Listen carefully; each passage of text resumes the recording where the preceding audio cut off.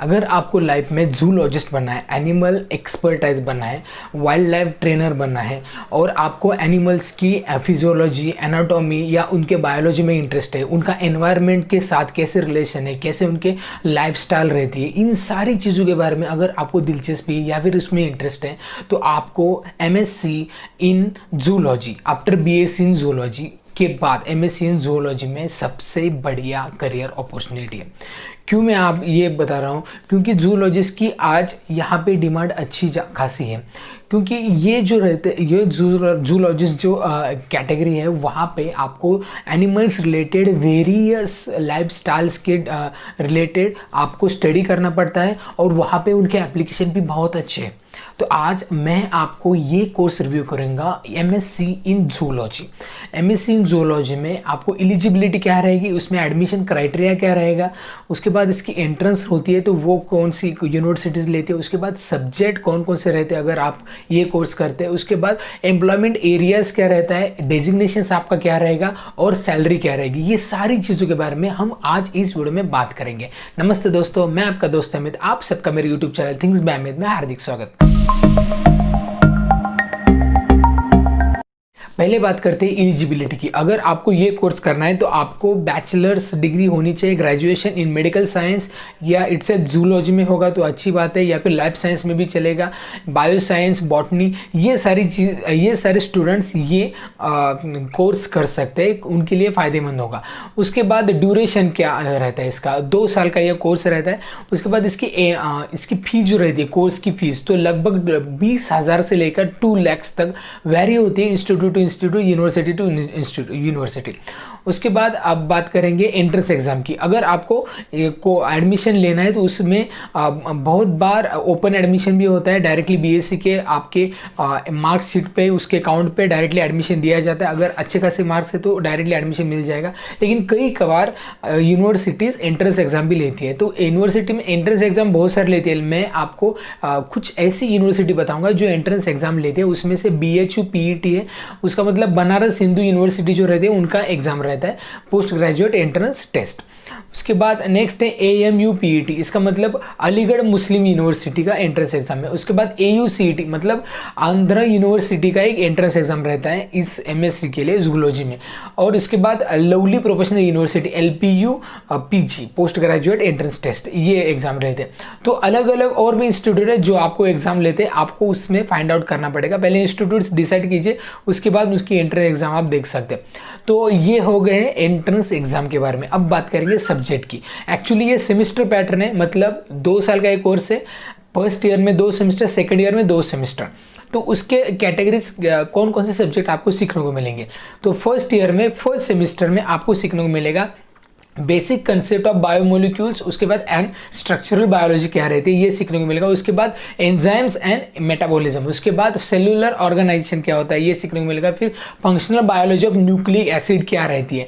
उसके बाद basic concept ecology का ये सीखने को मिलेगा। उसके बाद कम्युनिटी ऑर्गेनाइजेशन एंड स्ट्रक्चर ये सीखने को मिलेगा। फिर biogeography of Indians and also habituals and resources ये सीखने को मिलेगा। उसके बाद इंट्रोडक्शन टू इम्यून सिस्टम, उसके बाद नेशनल रिसोर्स मैनेजमेंट क्या रहता है इसके बारे में सीखने को मिलेगा। फिर antigen antibody nature and complement system ये सीखने को मिलेगा। उसके बाद ट्रांसप्लांटेशन एंड ट्यूमर इम्यूनोलॉजी ये सीखने को मिलेगा। फिर बायोसिस्टमैटिक्स एंड टैक्सोनॉमी, उसके बाद protozoa and protozoa to Platyhelminthes कैसे ये ट्रांसफर हुआ है, कैसे इसका ट्रांसफॉर्मेशन हुआ ये सीखने को मिलेगा। तो ये हो गया फर्स्ट सेमेस्टर में फर्स्ट सेमेस्टर के सभी सब्जेक्ट। अब बात करेंगे सेकंड सेमेस्टर में क्या सीखने को मिलेगा। उसमें पहला सब्जेक्ट है सेपरेशन एंड डाइजेस्टिव टेक्निक्स, उसके बाद बायोस्टैटिक्स इंट्रोडक्शन, उसके बाद हाइपोथेसिस टेस्टिंग, उसके बाद डाइजेशन, रेस्पिरेशन एंड सर्कुलेशन क्या होता है ये सीखने को मिलेगा। फिर जेनेटिक्स, फिर ऑर्गेनोजेनेसिस ये सीखने को मिलेगा। फिर इवोल्यूशन सीखने को मिलेगा और lastly functional anatomy of vertebrates ये सीखने को मिलेगा। और फिर ये होगा सेकंड सेमेस्टर। अब सेकंड ईयर में फर्स्ट थर्ड सेमेस्टर होता है, और फोर्थ सेमेस्टर होता है। Actually third and fourth semester में कुछ इलेक्टिव सब्जेक्ट रहते हैं, लेकिन मैं पहले बताता हूँ कौन से सब्जेक्ट कंपलसरी आपको सीखने थर्ड एंड फोर्थ सेमेस्टर में। तो उसमें एंडोक्राइनोलॉजी आपको सीखने को मिलेगा, फिर अप्लाइड जूलॉजी सीखने को मिलेगा, उसके बाद मेडिकल एंटोमोलॉजी आपको सीखने को मिलेगा, उसके बाद पैरासाइटोलॉजी ये आपको सीखने को मिलेगा। तो ये कंपलसरी सब्जेक्ट है। उसके बाद इलेक्टिव सब्जेक्ट आपको इसमें से सिलेक्ट करके वो स्पेशलाइजेशन ढूंढना है, आपको कौन से सब्जेक्ट करना है। उसमें से एनिमल फिजियोलॉजी आप सिलेक्ट कर सकते हैं, या फिर न्यूरो साइंस सिलेक्ट कर सकते हैं, या फिर फिशरीज सिलेक्ट कर सकते हैं, या फिर पैरासाइटोलॉजी ये सिलेक्ट कर सकते हैं। तो ये होगा सब्जेक्ट के बारे में। अब मैं बात करूंगा इसके एम्प्लॉयमेंट एरियाज। अब आपको ये कोर्स तो कर लिया, लेकिन कहाँ कहाँ पे आपको जॉब लग सकता है इसके बारे में हम बात करेंगे।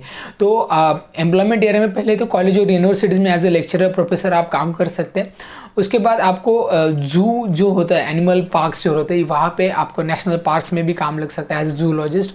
उसके बाद वाइल्ड लाइफ ट्रेनर भी काम लग सकता है। फूड पार्क्स होते हैं, वहाँ पे भी आपको एम्प्लॉयमेंट मिल सकती है, या फिर एनिमल रिसर्च सेंटर जो रहते हैं यहाँ पे आपको काम मिल सकता है एज ए रिसर्चर। तो ये एम्प्लॉयमेंट एरियाज हो गए। अब डेजिग्नेशंस की बात करते हैं, कौन सा डेजिग्नेशंस आपको मिलेगा इन एरियाज में काम करने के बाद। पहला जूलॉजिस्ट आप हो सकते हैं, फिर इकोलॉजिस्ट आप हो सकते हैं, एनवायरमेंट कंसल्टेंट भी आप यहाँ पे हो सकते हैं। उसके बाद कंजर्वेशन ऑफिसर यहाँ पे हो सकते हैं, या फिर जू कीपर आप हो सकते हैं, फील्ड ट्रायल ऑफिसर भी आप हो सकते हैं, या फिर प्रोफेसर मतलब यूनिवर्सिटीज़ में जो होते हैं वो हो सकते हैं, या कॉलेजेस में।